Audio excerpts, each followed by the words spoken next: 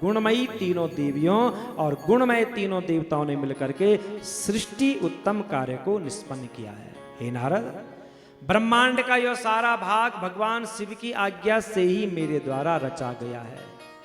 भगवान शिव को परब्रह्म कहा गया है और मैं भगवान विष्णु, रुद्र, ये तीनों देवता गुण भेद से उन्हीं के रूप हैं। निर्गुण तथा सगुण रूप वाले वे स्वतंत्र परमात्मा शिव के साथ स्वतंत्र विहार करते हैं और शिव ने कैलाश पर अपना रमणीक भवन बना रखा है और प्रलय काल में उसका कभी भी नाश नहीं होता है।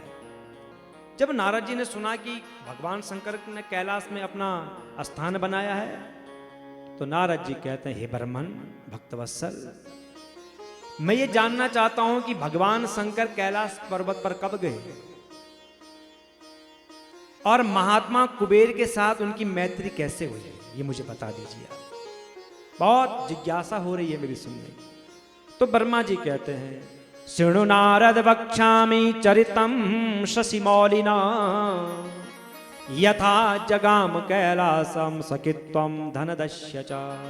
हे नारद, मैं चंद्रमौली भगवान शंकर के चरित्र का वर्णन कर रहा हूं, इसे सुनो तुम।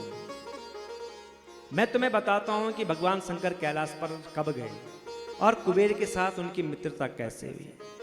आसीत काम्पिल्य नगरे सोमयाजिकुलोद्भवा दीक्षितो यज्ञ दत्याख्यो यज्ञ विद्या विशारद। नारद, सुंदर काम्पिल एक नगर और उस नगर में सोम याग करने वाले कुल में उत्पन्न यज्ञ विद्या विशारद यज्ञदत्त नाम का एक ब्राह्मण रहता था। बड़ा सुंदर ब्राह्मण था। इसका एक ही कार्य था, ये यज्ञ करता था, विद्वान था, गुणवान था। और उस दीक्षित ब्राह्मण के गुणनिधि नामक एक पुत्र था। उपनयन संस्कार हो जाने के बाद उसने 8 विद्याओं का भली भांति अध्ययन किया था, किंतु पिता के अनजान में वह बालक क्या करता था, द्यूत कर्म में प्रवृत्त रहता था। पिता को पता नहीं था, जुआ खेलता था, दुष्टों का संग करता था। आदायादाय बहुशो धनम मातु सकाशता समदाद द्यूतकारेभ्यो मैत्रिम तैश्च चकारस।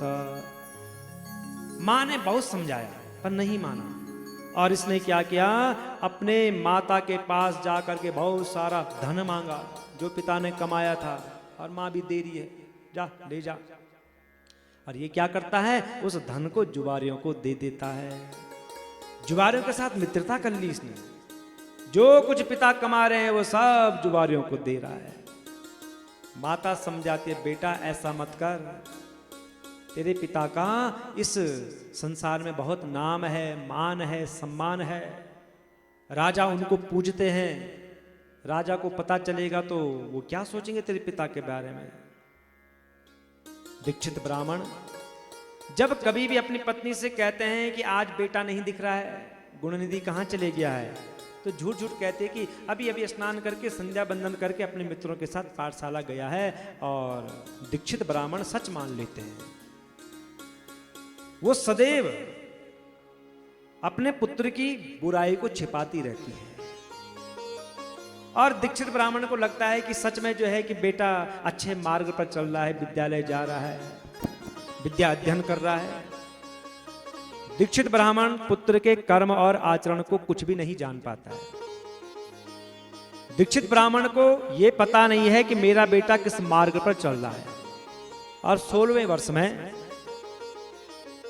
उसने जो है कि उसके केशांत कर्म आदि सब संस्कार संपन्न करवा दिए और समय आने पर उस बालक का सुंदर पाणिग्रह संस्कार भी कर देते हैं।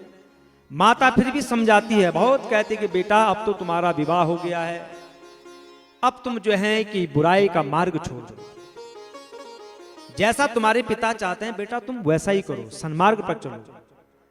पर ये पुत्र मां की एक बात को भी नहीं मानता है। इसने बुराई का रास्ता नहीं छोड़ा, ये हर दिन बुराई करता है, जुआ खेलता है, जो कुछ पिता कमा रहे हैं वो सब जुआरियों को दे देता है। माता किस प्रकार हर समय समझाए जाने पर भी उसने दुष्कर्म का परित्याग नहीं किया। वह दुष्ट वस्त्र आदि वस्तुओं को घर में जहां भी देखता, जो भी वस्तु इसे दिखाई देती उसे उठा करके और जुआरियों को सौंप देता था। घर में कोई भी वस्तु नहीं बची हुई है।